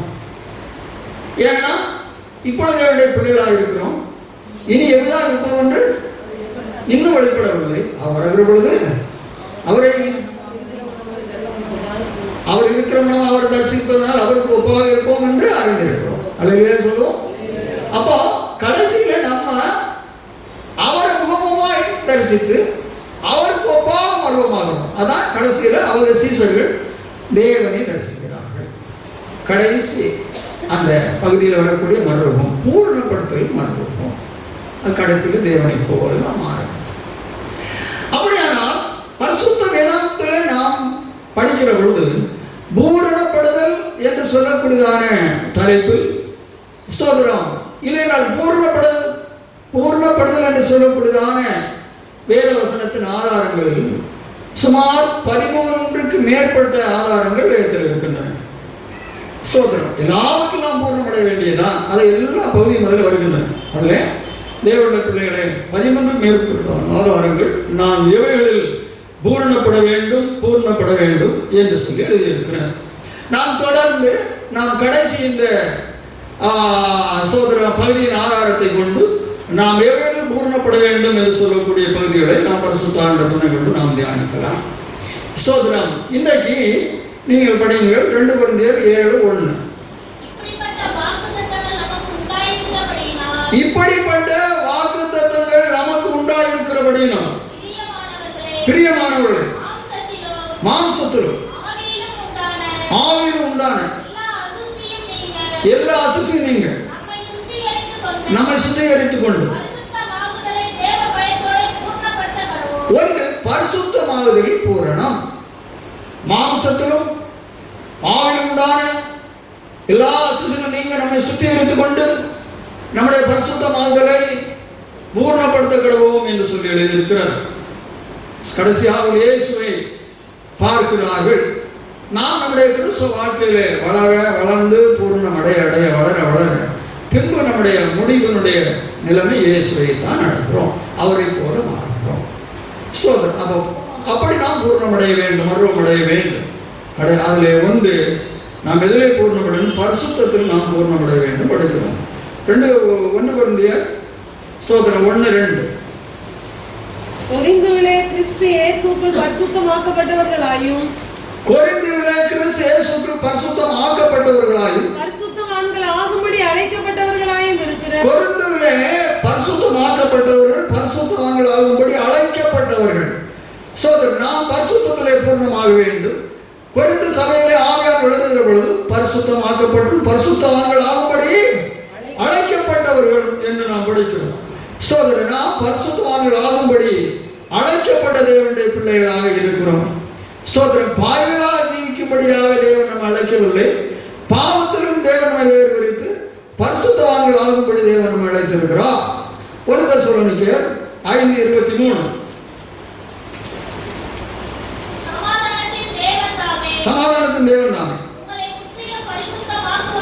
உங்களை பாருங்கள், சமாதானத்தின் தேவன் தாமே உங்களை கொஞ்சோடு பரிசுத்தமாக்குவாரா என்றுமில்லை, உங்களை முற்றிலும் பரிசுத்தமாக்குவாராக. உங்கள் ஆவி ஆத்மா சரீரம் முழுதும் நம்முடைய கர்த்தராகிய இயேசு கிறிஸ்து வருகிற பொழுது குற்றமற்றதாக இருக்கும்படி காக்கப்படுவதாக. சமாதானத்தின் கர்த்தர் தாமே உங்களை முற்றிலும் பரிசுத்தமாக்குவாராக. உங்கள் ஆவி ஆத்மா சரீரம் முழுதும் நம்முடைய கர்த்தராகிய இயேசு கிறிஸ்து வருகிற பொழுது குற்றமற்றதாக இருக்கும்படி காக்கப்படுவதாக. ஆகவே பரிசுத்தத்தில் நாம் பூர்ணமடைய வேண்டும் என்று படிக்கிறோம். பரிசுத்தத்தில் நாம் பூர்ணமடைய வேண்டுமானால் நம்முடைய கர்த்தர் வருகிற பொழுது முற்றிலும் அவர் பரிசுத்தப்படுத்த வேண்டும். ஆவி ஆத்ம சரீரம் முற்றிலும் பரிசுத்தமாக காக்கப்பட வேண்டும் படிக்கிறோம். அவர் நமக்கு ஒரு ஆவி ஆத்ம சரீரம் மூலம்தான் நாம் இது மூணும் பரிசுத்தமாக இருந்து காக்கப்படணும்னு படிக்கிறோம். அப்போ உங்கள் ஆவியில் என்ன பரிசுத்தம் இருக்கிறது, உங்கள் ஆத்மாவில் என்ன பரிசுத்தம் இருக்கு, உங்கள் சரீரத்தில் என்ன பரிசுத்தம் இருக்கிறதெல்லாம் நீங்கள் அளந்து பார்க்கணும். இதை கொண்டு அளக்கணும், வேத வசனத்தை கொண்டு அளக்கணும், உபதேசத்தை கொண்டு அளக்கணும். வேத வசனத்தை கண்ணாடிக்கணும்னா நிற்கணும் மனசார. அப்போ நிற்கிற பொழுது உங்களுக்கு எவ்வளோ அதில் ஆவியில் பரிசுத்தம் இருக்குது, ஆத்மாவில் பரிசுத்தம் இருக்குது, சரீரத்தில் பரிசுத்தம் இருக்குன்னு சரி. அப்போ சும்மா நம்ம மறுபடியும் முடியாது. நம்முடைய ஆவி ஆத்ம சரீரம் முற்றிலும் கர்த்தராகிய இருக்கிற இயேசு கிறிஸ்து வருகிற பொழுது குற்றமற்றதாக இருக்கும்படி காக்கப்பட வேண்டும் என்று சொல்லி எழுதியிருக்கிறது. அருமையான விசுவாசிகளை இந்த ஒரே ஒரு வசனத்தை பிரசங்கம் வேண்டும். எத்தனையோ மணிக்கூறுகள் வேணும். ஆவி எப்படி பரிசுத்தம் அடைகிறது, வேதத்தில் ஆதாரம் இருக்கின்றன. ஆத்மா எப்படி பரிசுத்தம் அடைய வேண்டும், வேதத்தில் ஆதாரம் இருக்கிறது. சரீரம் எப்படி பரிசுத்தம் அடைகின்றன. இது மூன்றுக்கும் 3 வித்தியாசமான வேத ஆதாரங்கள் இருக்கின்றன. ஒரு அலையிலே சொல்லுவோம்.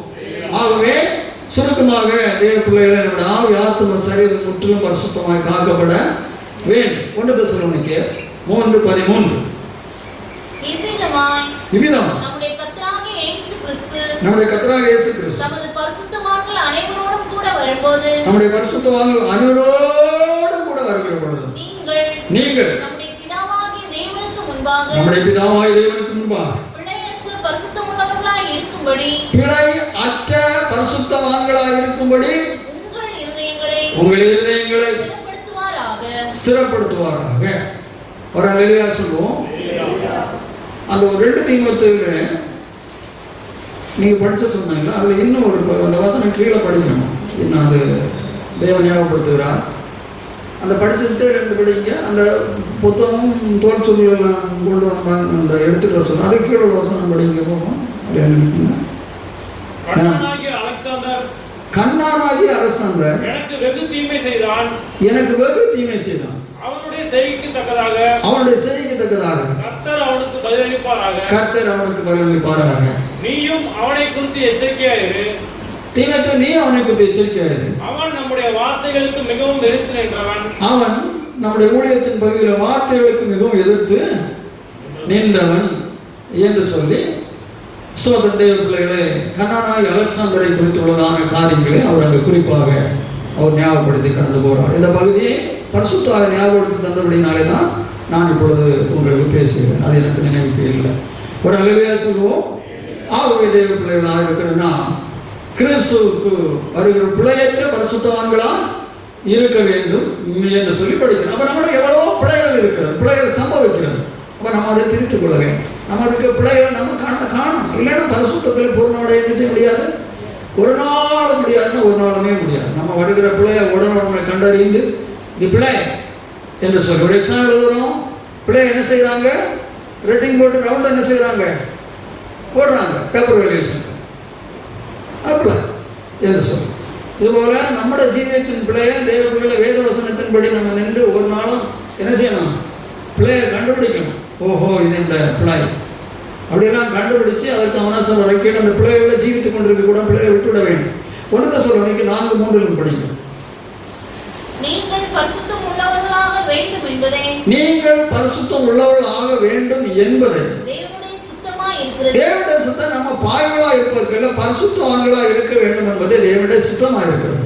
அந்தபடி நீங்கள் வேசி மார்க்கத்துக்கு விலகி இருந்து விசுவாசிகள் பரிசுத்தவான்கள் ஆக வேண்டும் என்று சொல்லி அழைக்கப்பட்டிருக்கிறது. அனைத்து வேசி மார்க்கத்துக்கும் விலகும் என்று எழுதியிருக்கிறது. வேசி மார்க்கத்துக்கும் அனைத்து வேசி மார்க்கத்துக்கும் விலகி இருந்து தேவனை அறியாத அஞ்ஞானிகளைப் போல, உலகத்தில் அஞ்ஞானிகளைப் போல மோக இச்சைக்குட்படாமல், எல்லா மோக இச்சைகளுக்கு உட்படாமல், அதுக்கு இடமே கொடுக்கூட மோக இச்சைகளுக்கு உட்படாமல், உங்களில் அவனவன் தன் தன் சரீர பாண்டத்தை, அவனவன் ஒவ்வொருவரும் அவனவனுடைய அடுத்தவங்க சரீரம் அவனவன் சரீர பாண்டத்தை பரிசுத்தமாயும் மிகுந்த பரிசுத்தமாயும் கனமாயும் ஆண்டுகொள்ளும்படி அறிந்து அவன் தன் சரீரத்தை பரிசுத்தமாக ஆளணும்.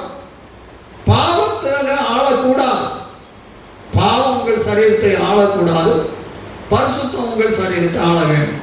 அஞ்ஞானிகளைப் போல மோகச்சைகளுக்கும் மற்றும் வழிகளுக்கும் ஜீவியங்களுக்கும் சரீரத்தில் இடம்படாதபடி சோதரன் பரிசுத்தமாக உங்கள் சரீரத்தை ஆளுகை செய்ய வேண்டும், ஆண்டு கொள்ளும்படி அறிந்து இந்த விஷயத்தில் ஒருவனும் மீறாமலும், ஒரு விசுவாசிகளும் இந்த ஜீவியத்திலே மீறாமலும் தன் சகோதரனை வஞ்சியாமலும் இருக்க வேண்டும். இப்படிப்பட்ட குணாதிசயங்களினாலே அடுத்தவர்களை வஞ்சிக்க கூடாது.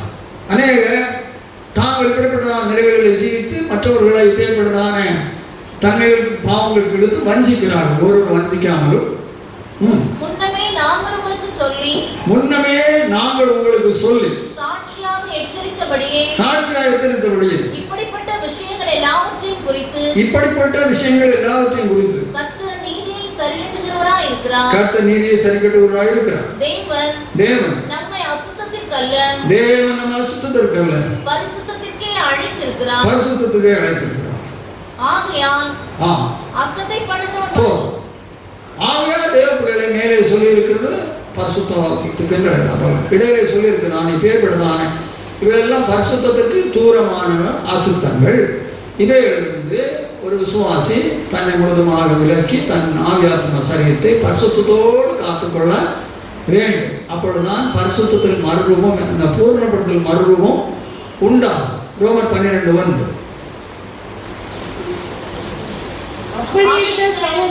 அப்படி இருக்க சகோதரர்கள், நீங்கள் உங்கள் சரீரங்களை பரிசுத்தமும், சரீரங்களை எப்போதும் பரிசுத்தமும் தேவனுக்கு பிரியமான ஜீவ பலியாக ஒப்புக் கொடுக்க வேண்டும் என்று நம்முடைய சரீரத்தை எப்போதும் பரிசுத்தமாய் பலியாக ஒப்புக் கொடுக்க வேண்டும் என்று படிக்கிறோம். 1 பேதுரு 1:15-16. 1 பேதுரு 1:15-16. உங்களை அழைத்தவர் பரிசுத்தராய் இருக்கிறது போல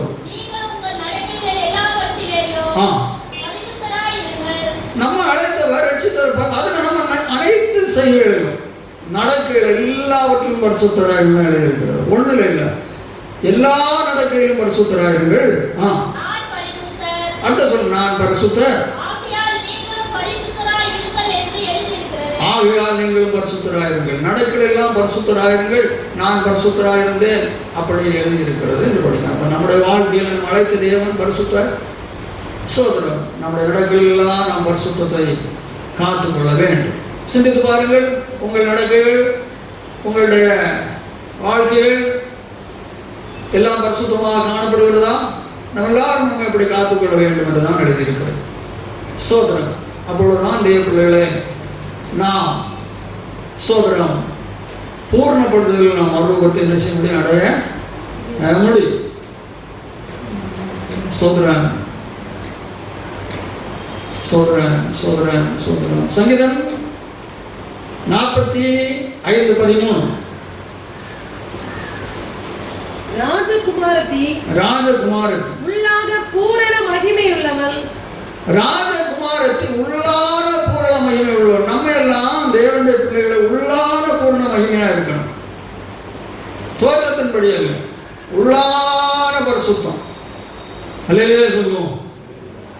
சோதரம், நம்முடைய மனசாட்சி, நம்முடைய தேவன் நம்மை காண்கிற உள்ளான பரிசுத்தம், வெளியரங்கமான தோற்றத்தில் உள்ள பரிசுத்தம், உள்ளான பரிசுத்தோடுகளாக இருக்க வேண்டும் என்று எழுதியிருக்கிறார். ராஜகுமாரத்தி, நம்ம ராஜகுமாரத்திகள், நம்மள தேவன் எங்க உள்ளான பரிசுத்தத்தை, உள்ளான பூரண மகிமை என்றுதான் எழுதியிருக்கிறார்.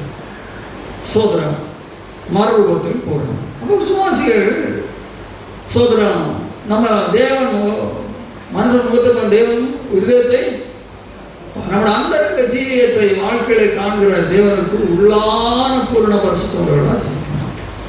பாருங்கள், இயேசு இந்த ஊழியம் செய்கிற பொழுது பரிசேயனே, நியாயசாஸ்திரிகளே, சதுசேயர்களே, உங்களுக்கு ஐயோ, நீங்கள் பாத்திரத்தின் வெளிப்புறத்தை சுத்தம் பண்ணுவீர்கள், உள்புறம் சுத்தமாகாத இருக்கிறார். நீங்கள் பாத்திரத்தின் உள்புறத்தை முதலாவது சுத்தம் பண்ணுங்கள் என்று சொன்னார்.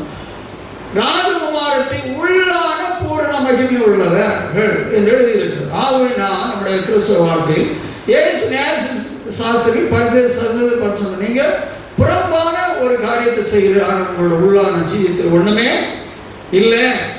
பாத்திரம் சுத்தமாக்கப்படுவது போஜனத்துக்கு பயன்பட வேண்டுமானால் பாத்திரம் வெளிப்பண்ணது சுத்தமாக்கினால் உள்பாத்தில் அசுத்தம் அழுக்கள் இருந்தால் அதில் சாதம் போட்டு சாப்பிட முடியாது. ஆகவே உங்கள் உள்ளான ஜீவியத்தை சுத்தம் பண்ணுங்கள் சொல்லி பாத்திரத்தின் வெளிப்புறத்தை சுத்தமாக்குவதற்கும் உள்புறத்தை சுத்தமாக்கும் காரியத்தை அவர் சுட்டி காட்டினார்.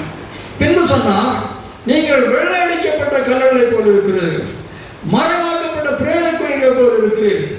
கல்லர் வெள்ளையடிக்கப்பட்டதான கல்லறையானது சோதரன் தேவ பிள்ளைகளை ஒரு மரித்த ஒருவர் நாம் அடக்கம் பண்ணுகிற பொழுது அவருக்கு நாம் அடக்கம் பண்ணி ஆகிட்டு பின்பு கல்லறைகளை கட்டுகிற பொழுது அதில் சில டயல்ஸ் ஓட்டுகிறார்கள், சில மார்பிள் கல்லுகளை பதிக்கிறார்கள், சில கிரானைட் கல்லுகளை எல்லாம் பதிக்கிறார்கள், இன்னும் சிலர் சலவை கல்லுகளை பதிக்கிறார்கள். அதை பார்க்கிற பொழுது அவ்வளவு அழகாக இருக்கிறது கல்லறை தோட்டத்தில் கல்லறைகள். சில கல்லறைகள் வெள்ளையடிக்கப்பட்டார்கள், அதெல்லாம் வெள்ளையடிக்கப்பட்ட கல்லறைகளை என்றெல்லாம் சொல்லுகிறார். மறைக்கப்பட்ட பிரேத குழிகள் அவைகள் வெள்ளையடிக்கப்பட்டும் ஜோடிக்கப்பட்டும் உள்ளே செத்த பிரேதங்களினாலும் எலும்புகளினாலும் படிங்க வசனம் மத்திய 23:27. மாயக்காரராகிய வேதபாரகரே, பரிசேயரே, உங்களுக்கு ஐயோ, வெள்ளையடிக்கப்பட்ட கல்லறைகளுக்கு ஒப்பாய் இருக்கிறீர்கள். அவைகள் புறம்பே அலங்காரமாய் காணப்படும், உள்ளே மரித்தவர்களின் எலும்புகளினாலும் சகல அசுத்தத்தினாலும் நிறைந்திருக்கும். அப்படியே நீங்களும் மனுஷனுக்கு நீதிமான்கள் என்று புறம்பே காணப்படுகிறீர்கள். உள்ளத்திலோ மாயத்தினாலும் அக்கிரமத்தினாலும் நிறைந்திருக்கிறீர்கள் என்று சொல்லி தேவன் வேதவார பரிசேயருடைய ஜீவியத்தை சுட்டி காட்டினார். உள்ளான பூர்ண மகிமை உள்ளவர் ராஜகுமாரத்தி. ஸ்தோத்திரம். இப்ப இவங்க வெளிப்புறமான ஒரு காரியத்தை செய்து உள்ளான அநீதியினாலும் அக்கிரமத்தினாலும் நிறைந்து எப்படி ஒரு பிரேத கல்லறை வெளியா ஜோடிக்கப்பட்டு திறந்து பார்க்கிற பொழுது மகா அசுத்தங்கள்லாம் நாறிக்கொண்டு இருக்கிறது, அதுபோல் நீங்கள் இருக்கிறீர்கள் சொன்னால் வேதபார பரிசுத்தத்தில் இயேசு முகமுகமாக பேசுகிறதான விஷயங்கள். இதுபோல இந்த ஆராதனையில் பங்கெடுக்கிற தேவனுடைய பிள்ளையே, உடைய வாழ்க்கையிலே சோதரம் நீ பூர்ணப்படுதல் மர்மத்தை நீ அடைய வேண்டியது இருக்கிறது.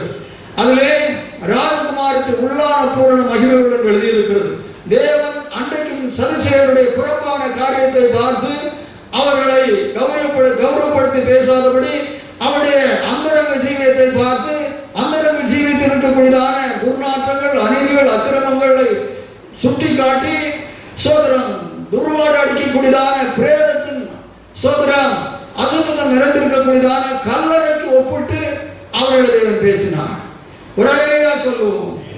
ஆகவே அருமையான விசுவாசியே, உடைய வாழ்க்கையில் நீ அடைய வேண்டிய பரிசுத்தத்தில் மர்மத்தை அடைய வேண்டியது இருக்கிறது.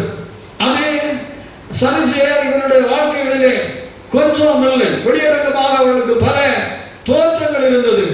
தேவன் அவருடைய வாழ்க்கையின் ஜீவியத்தையும் அசுத்தங்களை குறைபாடுகளையும் கண்டு நீங்கள் சுத்தமான ஒரு பிரேத கல்லறைக்கு ஒத்திருக்கிறீர்கள் ஏன்னு சொல்லி சொன்னார்.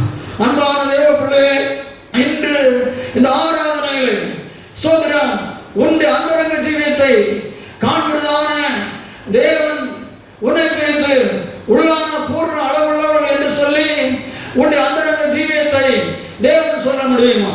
அருமையான தேவ பிள்ளையே, நீ உன்னை பெற்றோருக்கு தெரியாதபடி செய்கிறதான குறைவுகள், உன்னை நீ திருமணமாக மனைவிக்கு தெரியாதான குற்றங்கள், சோதரம் உடைய நண்பனுக்கு தெரியாதபடி செய்யக்கூடியதான குற்றங்கள், இன்னும் பரிசுத்த ஆவியானவர் தம்முடைய அக்கிரமமான கண்களினாலே அருமையான தேவ பிள்ளையே அவருடைய அக்கிரமமான ஜுவாலி கண்கள் ஒன்று புறப்படக்கூடியதான ஒரு சோதர ஒளிமயமான கதிர்கள் உன்னுடைய அந்தரங்கத்தின் ஜீவியத்தை ஊடுருவி பாய்கிறது. அந்த வெளிச்சத்தின் முன்பதாக தேவன் உன்னை கொண்டு வந்து நடத்துகிறார். ராஜகுமாரத்தை உள்ளான பூர்ண அளவுள்ளவர் நீ உன் வாழ்க்கையில் எப்படி ஜீவிக்கிறாய்? அன்றிருந்ததான பரிசுத்த சதுசேயரை போல தேவன் உன்னை சொல்லக்கூடிய வாழ்க்கை நடத்துகிறாயா? இல்லை ராஜகுமாரத்தின் உள்ளான பூர்ண அளவுள்ளதான ஒரு ஜீவியம் செய்து சோதனை பூர்ணப்படுதலில் மர்மத்தை அடையும்படியாக நீ காத்திருக்கிறாயா? சோதனை உறவையா சொல்லுவோம். வெளிப்படுத்தின விஷயம் 22ஆம் அதிகாரம் 11-12 வசனம். வெளிப்படுத்தி 21-11-12. அநியாயம் செய்கிறவன் இன்னும் அநியாயம் செய்யட்டும். அசுத்தமாய் இருக்கிறவன் இன்னும் அசுத்தமாய் இருக்கட்டும். நீதி உள்ளவன் இன்னும் நீதி செய்யட்டும். பரிசுத்தம் உள்ளவன் இன்னும் பரிசுத்தமாக விசுவாசியே சோதரம் அசுத்தமாய் இருக்கட்டும். நீதி செய்யட்டும். பரிசுத்தம் என்று அழைக்கப்பட்ட நீ இன்னும் பரிசுத்தம் வளர்ந்து கொண்டே போக வேண்டும் என்று தான் எழுதியிருக்கிறார். உடைய பரிசுத்தத்திற்கு ஒரு முற்றுப்புள்ளி இல்லை. ஒரு அழகையா சொல்லுவோம். உடைய சரீரத்திலிருந்து ஆவி பிரியம் மட்டும் நீ உன்னுடைய மகிமையான பரிசுத்தத்திற்காக அவரை போல பரிசுத்தத்திற்காக சோதனை ஓடிக்கொண்டே இருக்க வேண்டும். ஆளுநர் அப்போஸ்தலனாகிய பவுல் பிலிப்பியர் 3ஆம் அதிகாரத்தில் அடைந்தாருக்கு முற்றிலும் தேர்ந்தவன் என்று சொல்லாமல் கிறிஸ்து இயேசுவினாலே எனக்காக பிடிக்கப்பட்ட நடைபடி இலக்கு நோக்கி தொடருகிறேன் ஓடுகிறேன் என்று சொல்ல அவருடைய இலக்கு என்ன? இயேசுவின் கிறிஸ்துடைய பூர்ண பரிசுத்தத்தின் நேராக அழைத்தார். அதை அடைய வேண்டும், அந்த பரிசுத்தத்தை அடைய வேண்டும் என்று சொல்லிதான் அவர் ஜீவித்துக் கொண்டு இருந்தார். பிரசங்கி புத்தகம் 10:1 படிக்கிற பொழுது சோதரம் படியுங்கள். பிரசங்கி 10:1. செத்த ஈக்கள் தைலக்காரனுடைய பரிமள தைலத்தை நாரி கெட்டு போக பண்ணும். ஞானத்திலும் கனத்திலும் பெயர் பெற்றவனை சொற்பம் அதீனமும் அப்படியே செய்யும். பாருங்கள், ஒரு நல்ல பரிமள தைலம் துர்வாடை எடுக்கக்கூடியதான இடங்களிலே நாம் அதை தெளித்தால் அந்த துர்வாடையை அது அமர்த்தி இல்லாமலாக்கி நறுமணத்தை கொண்டு வருகிறது. ஸ்தோத்திரம். ஆனால் அந்த வாசனை திரவியத்தில் செத்து போன ஈக்கள் ஸ்தோத்திரம் தேவ பிள்ளைகளே அதிலே விழுந்து கிடந்தால் அந்த நறுமணம் அதை விட்டு எடுபட்டு போகும் என்று படிக்கணும். இதுபோலதான் அருமையான விசுவாசியே, கர்த்தராகிய இருக்கிற இயேசு கிறிஸ்து உன்னை கட்டுப்போவதற்குள்ள ரட்சிக்கப்படுவதற்குள்ள கிறிஸ்து நற்கதாக தான் தேவன் வைத்தார். ஸ்தோத்திரம். நீ உலகத்தில் வாசனை வீசக்கூடியதான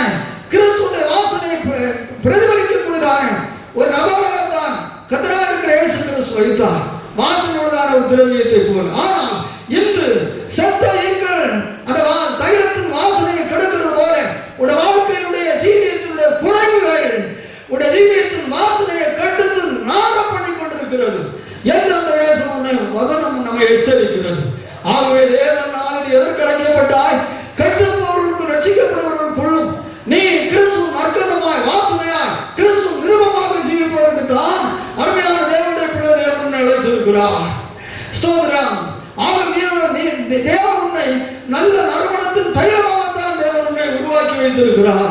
ஆனால் இன்றைக்கு உன்னுடைய நறுமணத்தின் தன்மையை கெடுக்கும்படியாக அநேக சத்தைகள் உடைய வாழ்க்கையில் பிரவேசித்திருக்கிறது என்று பரிசுத்த ஆவியானவர் உன்னோடு பேசுகிறார், உன்னை எச்சரிக்கிறார். உன்னுடைய வாழ்க்கையை தேவ பிள்ளையே நீ வாசனை உள்ள உண்டாக மறுபடியுமாக நீ காத்துக் கொள்ள வேண்டியது உனக்கு மிகவும் அவசியமான ஒன்றாக இருக்கிறது. ஒரு அளவிலே சொல்லுவோம், எல்லாத்தையும் நானும் சோதனை பண்ணுவோம். ஏசாயா 4:4 படிக்கும். ஏசாயா 4:4 சீயோனில் மீதியாயிருந்து எருசலேமில் தரித்திருந்து ஜீவனுக்கென்று பெயர் எழுதப்பட்டவன் எவனும்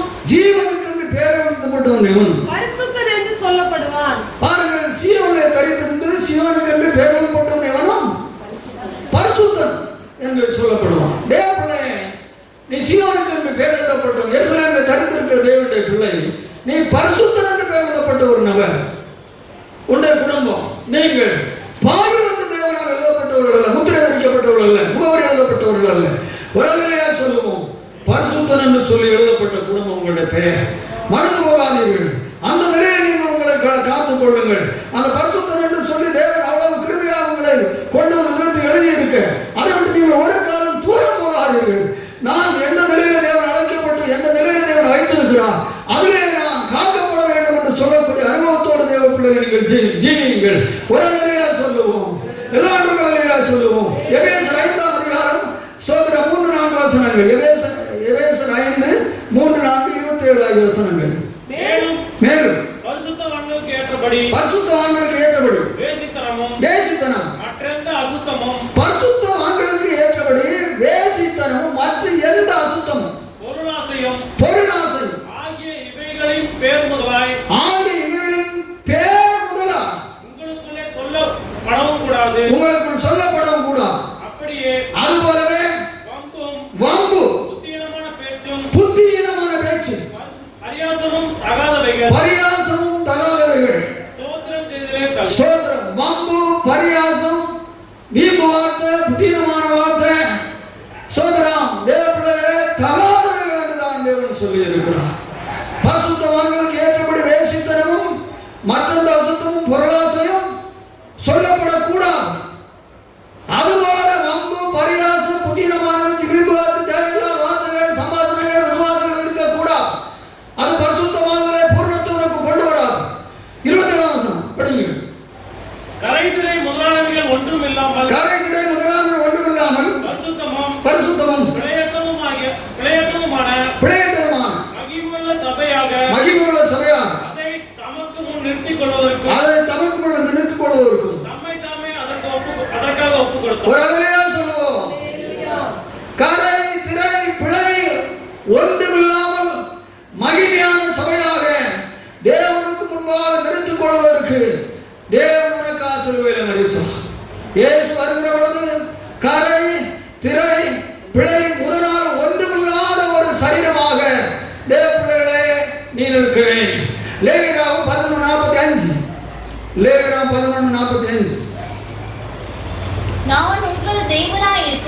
நான் உங்கள் தேவனாய் இருக்கும்படி உங்களை எகிப்து தேசத்திலிருந்து வரப்பண்ணின கர்த்தர் நான் பரிசுத்தர். ஆகையால் நீங்களும் பரிசுத்தராய் இருப்பீர்களாக. 19:2 நீ இஸ்ரவேல் புத்திரரின் சபை அனைத்தோடும் சொல்ல வேண்டியது என்னவென்றால் உங்கள் தேவனும் கர்த்தருமாகிய நான் பரிசுத்தர். ஆகையால் நீங்களும் பரிசுத்தராய் இருங்கள். நீங்களும் ஆண்டவர் சொல்லுகிறார், 8 தேசம் உங்களை அழைத்து நான் பரிசுத்தர். நீங்களும் பரிசுத்தராய் என்னை போல் இருங்கள். லேவியராகமம் சோதரன் 20:26 கர்த்தராகிய நான் பரிசுத்தராய் இருக்கிறபடியினாலே நீங்களும் எனக்கேற்ற பரிசுத்தவான்களாய் இருப்பீர்களாக. நீங்கள் என்னுடையவர்களாய் இருக்கும்படி உங்களை மற்ற ஜனங்களை விட்டு பிரித்தெடுத்தேன். ஒரு அளவிலே சொல்லுவோம், ஆகவே கடைசியாக தேவனுடையவர்களாய் இருக்கும்படி எல்லா குறைபாடுகளிலும் ஜனங்களிலிருந்தும் சோதர ஜீவியங்கள் நம்மை அவருக்கு பிரித்தெடுத்துக்கிறார். அன்பான விசுவாசிகளை, நாம் பூர்ணப்படுதலிலே மறுபத்தை நாம் அடைய வேண்டும். கடைசியாக சோதரா சோதரம் இன்று நாம் படித்திருக்கிறதான பரிசுத்தத்தில் பூரணம். ஆகவே நாம் எல்லாரும் நம்முடைய பூரணத்தை காத்துக்கொள்வோம், மர்வமடைவோம். சோதரம் அவருடைய வருகைக்கு ஆயத்தமாம். எல்லா தேவர்களும் ஜெபிப்போம். ஹல்லேலூயா, ஹல்லேலூயா, எல்லாரும் ஜெபிப்போம். எல்லாரும் கேட்ட வசனங்களுக்கு நீங்கள் இடம் கொடுங்கள். ஹல்லேலூயா, ஹல்லேலூயா, ஹல்லேலூயா. அர்ப்பணிப்பில் மறுரூபம். சோதரன் சோதரன் சோதரன் நம்முடைய விருப்பம் பரமதேசம். நம்முடைய விருப்பத்தில் அடுத்த பகுதி தேவனுக்காக நற்கிரிகளை செய்கிறது. ஆறாவது பகுதி அர்ப்பணிப்பில் மறுவும். பவுலுக்கு எவ்வளவோ காரியங்களில் முடிந்து அர்ப்பணிப்பு கடைசியாக ஒரு சால்வை மட்டும்தான். அவர் எவ்வளவோ சொல்லிக் கொண்டு வருகிறார். உலகத்தில் எவ்வளவு இருந்தால் தேவ பிள்ளை உன்னை நீங்கள் ஆண்டவருக்கு அர்ப்பணித்து எல்லா தேவர்களும் ஜெபிங்க. எல்லாம் முடிந்த எல்லா தேவ மக்களும் பணிவோடு பயத்தோடு முழங்கால் படியிட்டு உங்கள் ஜீவியங்களை திருப்பி பார்த்து ஜெபியுங்கள். ஹல்லேலூயா, ஹல்லேலூயா, ஹல்லேலூயா. தேவ பிள்ளைகளே, தேவனுக்கு உலாவுகிறார். தேவனுக்கு பிரசன்னமாய் இருக்கிறார். தேவனுடைய வல்லமை கிரியை செய்கிறது. ஹல்லேலூயா.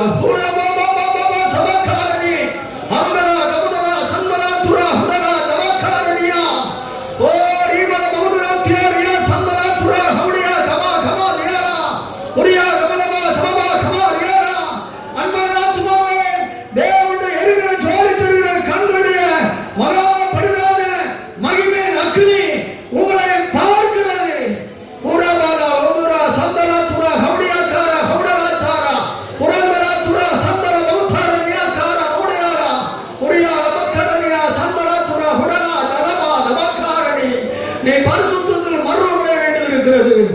ஹல்லேலூயா. ஹூரபானாபா உள்ளான பரிசுத்தம் உனக்கு அவசியம் என்று சொல்லுகிறார்.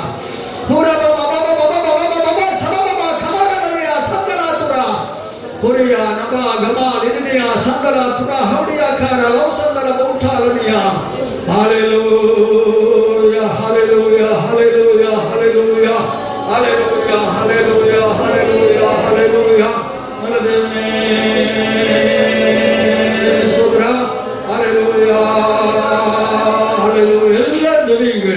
உணருங்கள், மனசாப்படுங்கள். ஹல்லேலூயா, ஹல்லேலூயா. நீங்கள் தேவனுக்கு முன்னிருக்கிறீர்கள். தேவங்களை பார்க்கிறார். மெய்யாகவே தேவங்களை பார்க்கிறார். தேவனே சோதரம் அவருடைய துவாரத்தினுடைய அக்கினியுடைய கண்கள் உங்கள் மேலே சோதரம் அப்படியே உலாவிக் கொண்டே வருகிறது. தேவன் உங்களை பார்க்கிறார்.